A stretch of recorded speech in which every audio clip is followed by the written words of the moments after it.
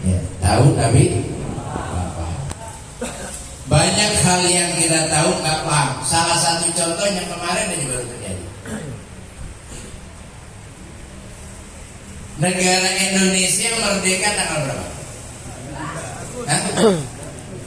17 Agustus. Yang bilang siapa? Bukan tahu kagak paham kan? Syarat negara ada kepala negara. 17 Agustus sudah ada kepala negara belum? Nah, berarti mana negaranya? Adanya negara Indonesia setelah merdekanya bangsa Indonesia. 17 Agustus 45 itu merdekanya bangsa Indonesia, belum ada negara.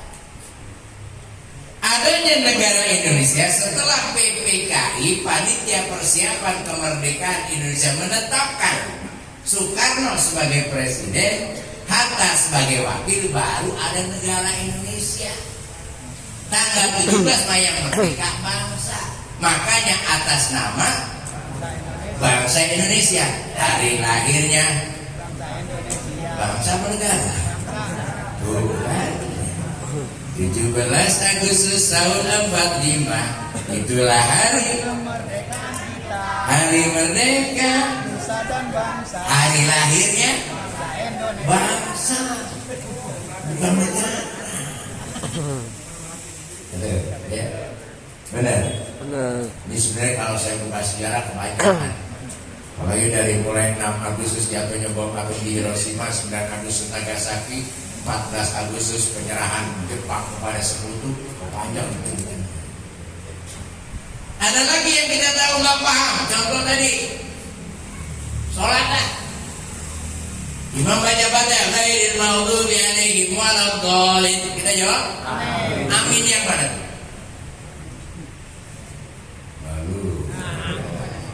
Amin yang mana itu? Amin yang mana? Ini udah dikerjain tiap hari. Itu amin yang mana?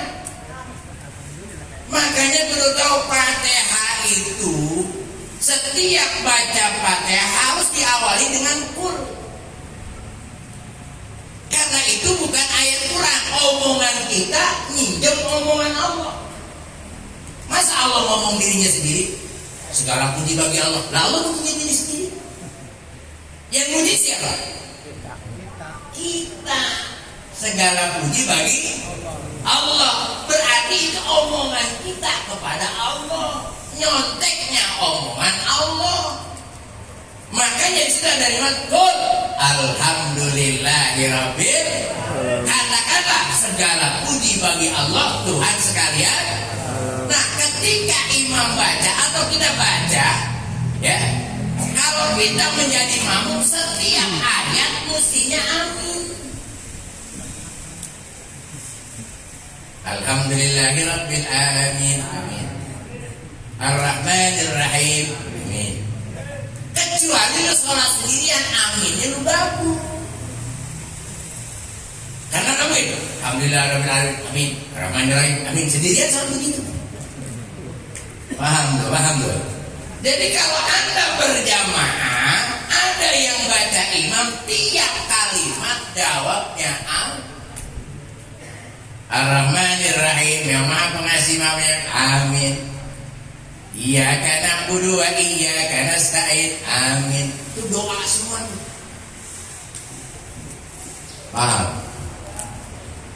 Udah pernah ngaji belum? Hah? Kenapa kita ini banyak kan keliru, tahu kagak paham? Termasuk tentang hadis apa? Kata Nabi, man ahabbun nasa ayyuhsina sahabat. Ya Rasul, siapa yang lebih berhak aku jadikan sahabat terdekat? Saya bingung kok jadi bakti mulai.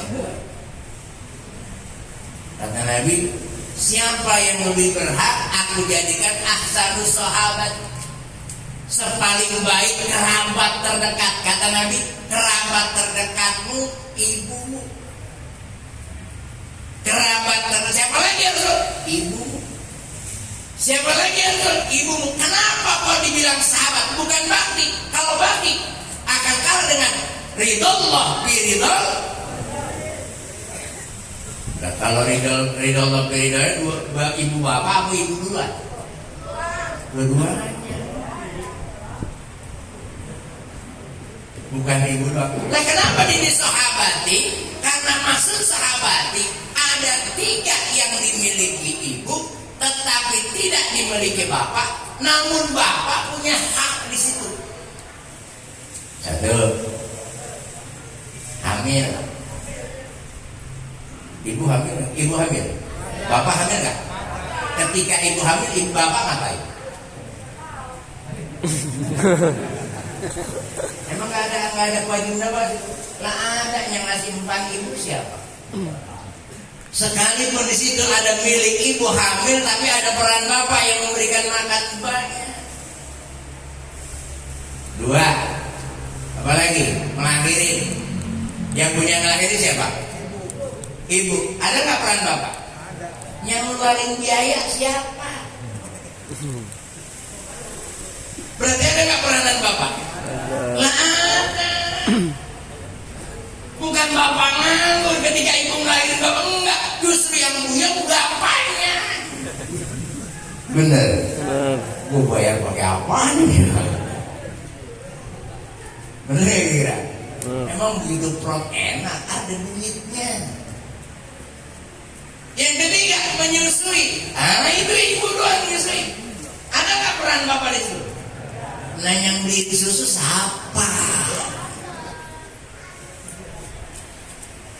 Jadi maksudnya makanya kata Nabi sahabati itu yang lebih dekat. Kalau lu konsultasi jangan buru-buru sama bapak. Bapak kadang-kadang emosi. Bener. Konsultasi yang paling dekat sama siapa? Mak. Maka kata Nabi, siapa ya Rasul kalau saya punya masalah konsultasi apa siapa? Malu.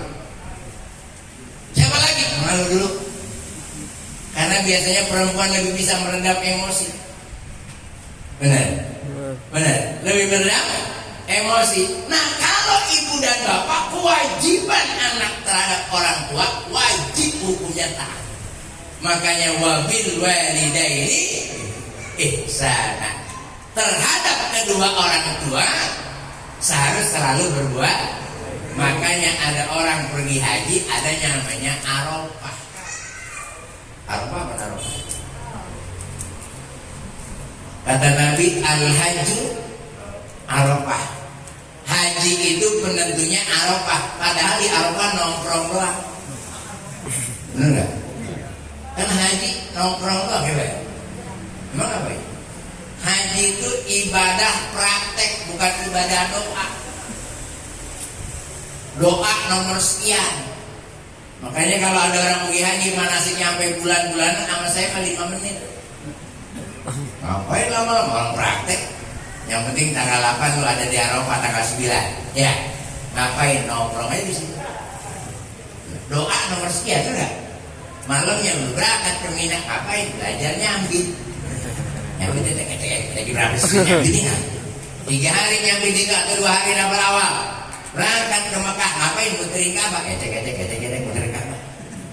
Habis muterin Ka'bah, mundur ke belakang, bikin sofa marwah. Kelar di marwah, tinggal kelar haji berapa menit? Ya bentaran lagi.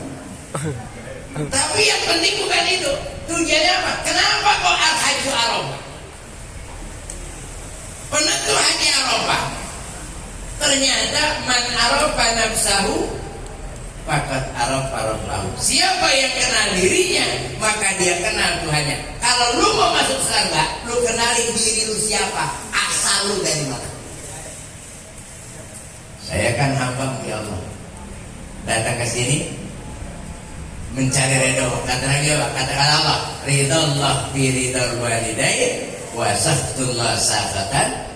Redoknya Allah tergantung redoknya orang tua, murkanya Allah tergantung murkanya orang tua. Jangan mimpi masuk surga kalau lu nggak dapat redok dari orang tua. Kuncinya adalah redok orang tua. Kadang-kadang ada gue mau pergi haji lucu pak. Ustaz, saya kan mau berangkat haji, emak saya kuburannya ada di Jogja. Kalau ke sono kan pakai ongkos 3 juta pulang balik. Bagaimana kalau saya Fatihain dari rumah? Ada nggak yang ngomong gitu saya? Ada nggak gitu?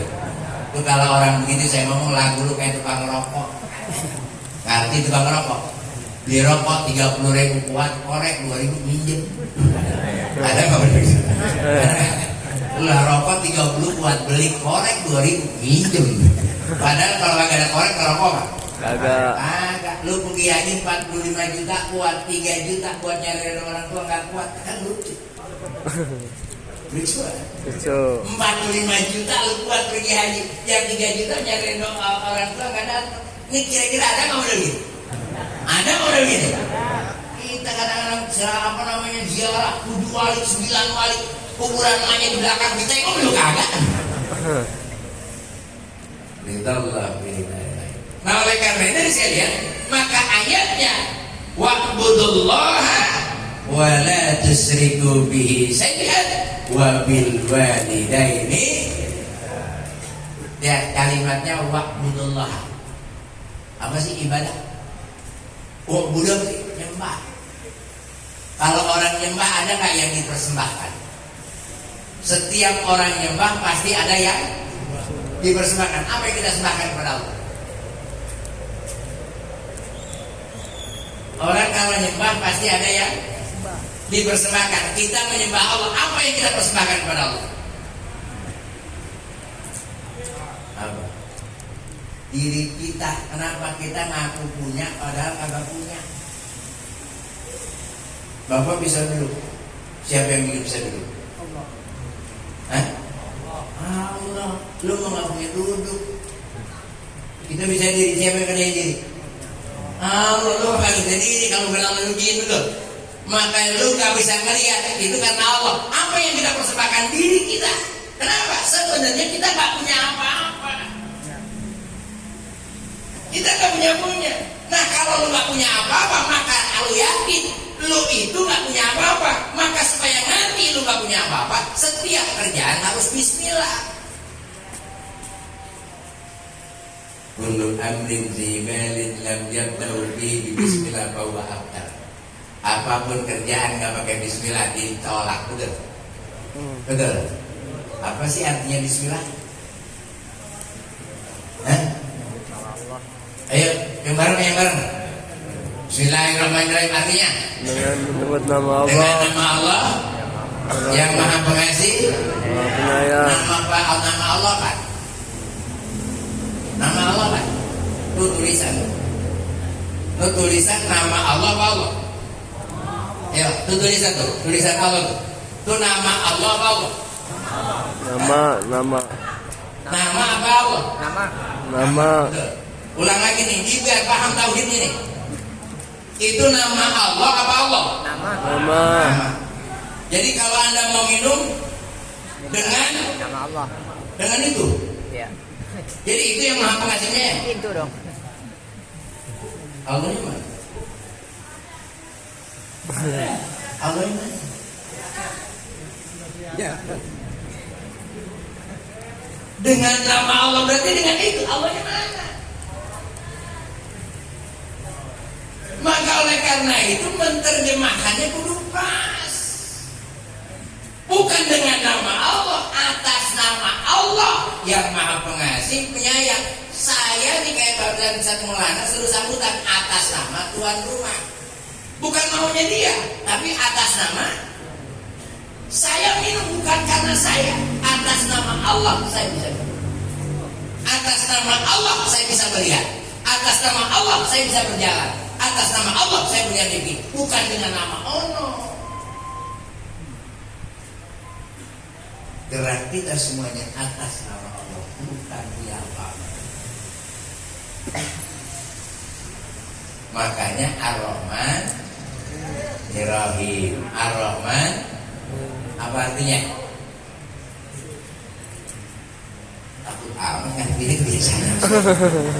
Ar-Rahman Ar-Rahim apa artinya? Pengasih. Ya, awas. Kadang-kadang ada yang suka sok-sokan, Maha Pengasih dan Penyayang. Itu dannya dari mana? Nggak ada Ar-Rahman War-Rahim. Ar-Rahman Dirahim.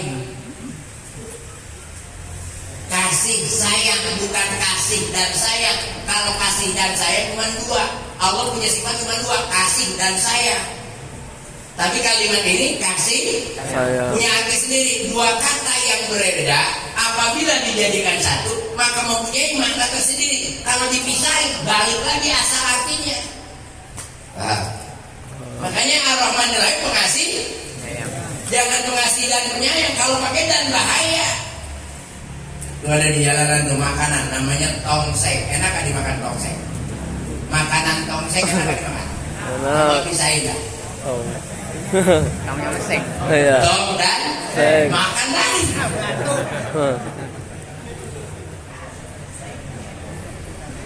Jadi dua istilah yang sudah jadi satu jangan suka dipisah-pisahin. Kalau dipisahin jadi bahaya. Nah inilah kenapa kadang-kadang kita tahu tapi tidak paham.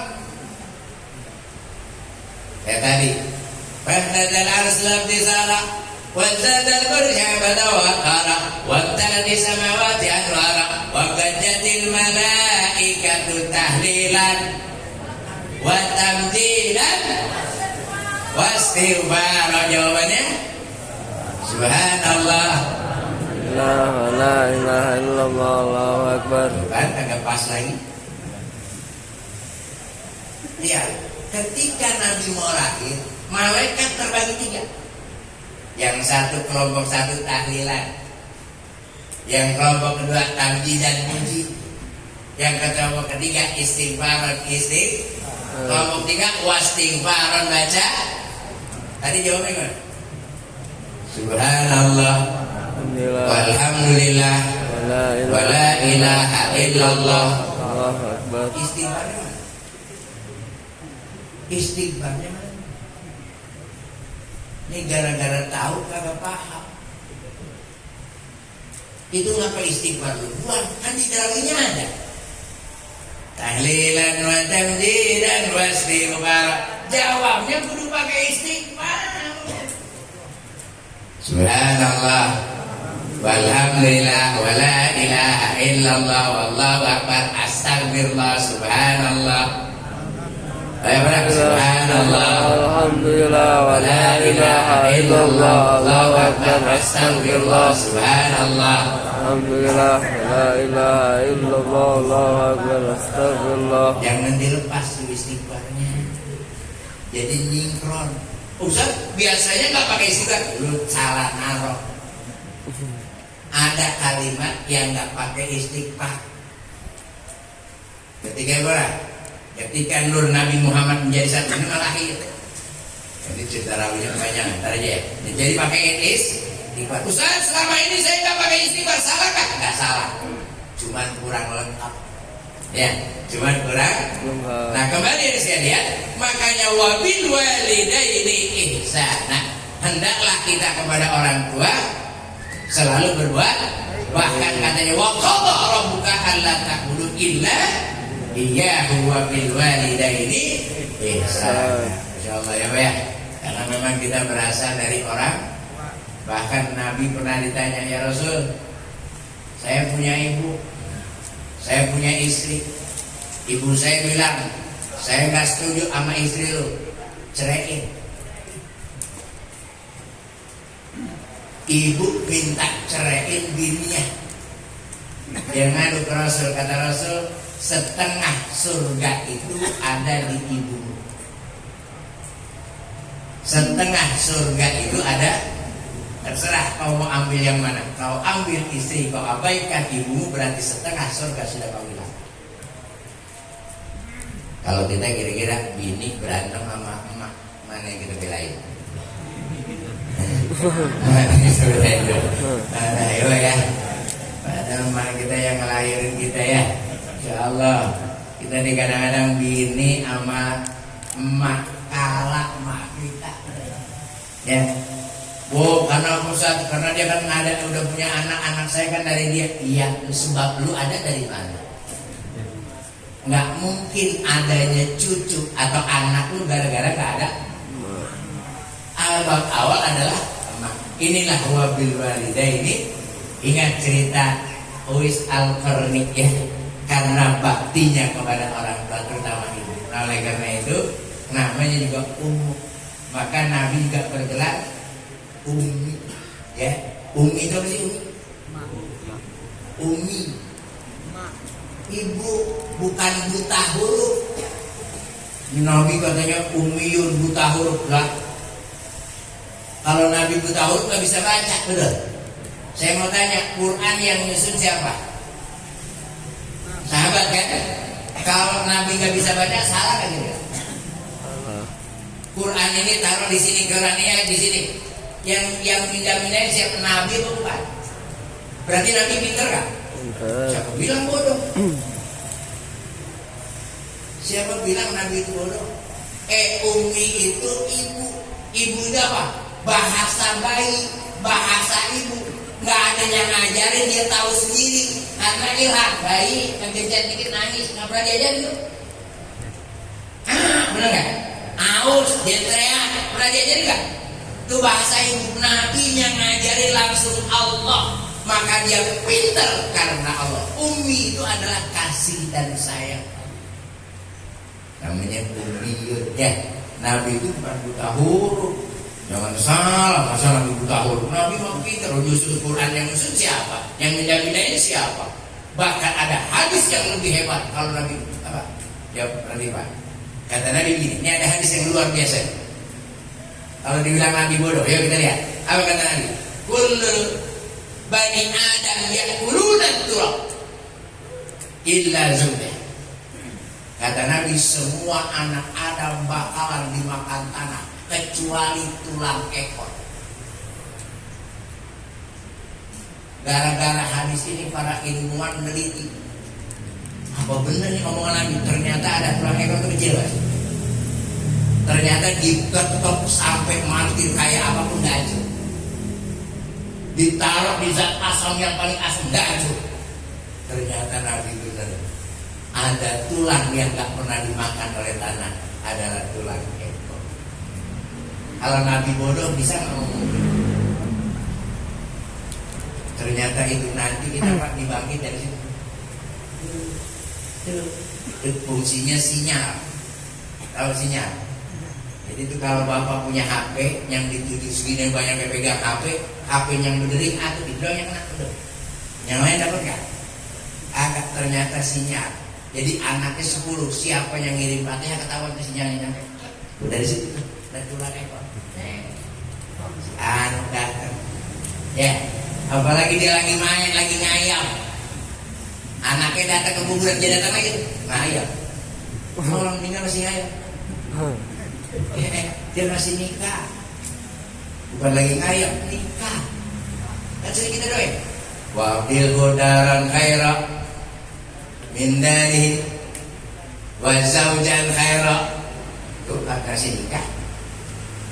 Dia masih nikah. Dia masih bersahabat, masih ada temannya, masih ada karib kerabat. Makanya ketika dia lagi main, anak datang ke kuburan, sinyal nyampe. Sahabat datang ke kuburan, sinyal nyampe, titit, dibalik lagi. Nah inilah namanya. Kalau Nabi bodoh, gak mungkin ada hadis seperti itu. Jadi bahasa ummi bukan bodoh, adalah bahasa ibu. Sama seperti kita nih. Allah masih bicara kan? Sekarang Allah masih ngomong kan? Berarti Allah gak guru. Bapak apal nggak sifat 20? Itu ujungnya, ujung tidak bapak, akhirnya apa? Mutakaliman. Apa mutakaliman? Ngomong kan? Berbicara. Berarti Allah masih ngomong? Masih. Ngomongnya apa siapa? Kan Nabi habis dah. Iya. Tapi ini balik lagi kita main ini. Allah masih ngomong kan? Allah nggak ngomong. Ngomong siapa? Kan Nabi udah gak ada. Padahal ini mutakaliman masih ngomong. Terserah pakai aja. Ternyata Allah itu masih ngomong sampai hari ini. Bagaimana ngomongnya Allah? Kata Nabi, wala sautin wala harfin. Allah kalau bicara gak ada suara, gak ada huruf. Ma asabaka min hasanatin faminallah wa ma asabaka min sayiatin faminasik. Yang bagus-bagus datangnya dari Allah. yang jelek-jelek datangnya dari maaf. Pak, bapak nggak pernah maksiat. Begitu datang ke kamar hostess apa sih ya, keramat tunggak dah gitu ya. Begitu mau ke keramat tunggak, emang kita nggak biasa, deg-degan nggak? Deg-degan nggak? Tuh Allah lagi ngomong, suaranya kan nggak, hurufnya nggak ada. Tuh lagi ngomong, tuh dosa. Tuh Allah ngomong di hati kita. Ma'asal bakal ada suaranya nggak? Ada hurufnya? Bapak nggak pernah nyolong, begitu mau nyolong deg-degan nggak? Deg-degan nggak? Itu Allah lagi ngomong ke kita. Itu haram, bukan hak lu. Sampai hari ini Allah masih ngomong ke kita, masih bicara. Cuman kalau lebih dari 3 kali Allah cuek. Sekali ditegur masih deg-degan, 2 kali deg-degan, 3 kali, 4 kali Allah lepas doyan dulu. Saya deg-degan dulu banget 3 kali. Udah nggak deg-degan lagi deh. Jadi ini namanya mutakalliman ya. Allah masih bicara kepada kita. Maka beruntung orang yang masih ditegur sama Allah. Ya, masih beruntung kita yang masih ada deg-degannya. Karena deg-degan itu sesungguhnya adalah teguran Allah terhadap kita, karena Allah bicara langsung kepada kita. Inilah kalimat mutakalliman. Allah selalu ngomong kepada kita. Hadirin jamaah sekalian, karena waktu, jadi insyaallah dan waktu kita sambung lagi. Intinya, yuk wabil walidaini ihsanan. Yang masih punya orang tua jangan disia-siakan. Yang sudah meninggal terus kita berikan Fatihah, jangan sampai lepas. Kenapa? Arpannya cuma arpan doa dari anak-anaknya. Ya, mudah-mudahan kita baca Fatihah. Ulama-ulama kita, orang tua kita yang telah meninggal dunia, mudah-mudahan Allah berikan keberkahan. Allah lapangkan kuburnya, dimurahkan teman-temannya, dan ditempatkan di tempat yang sebaik-baiknya.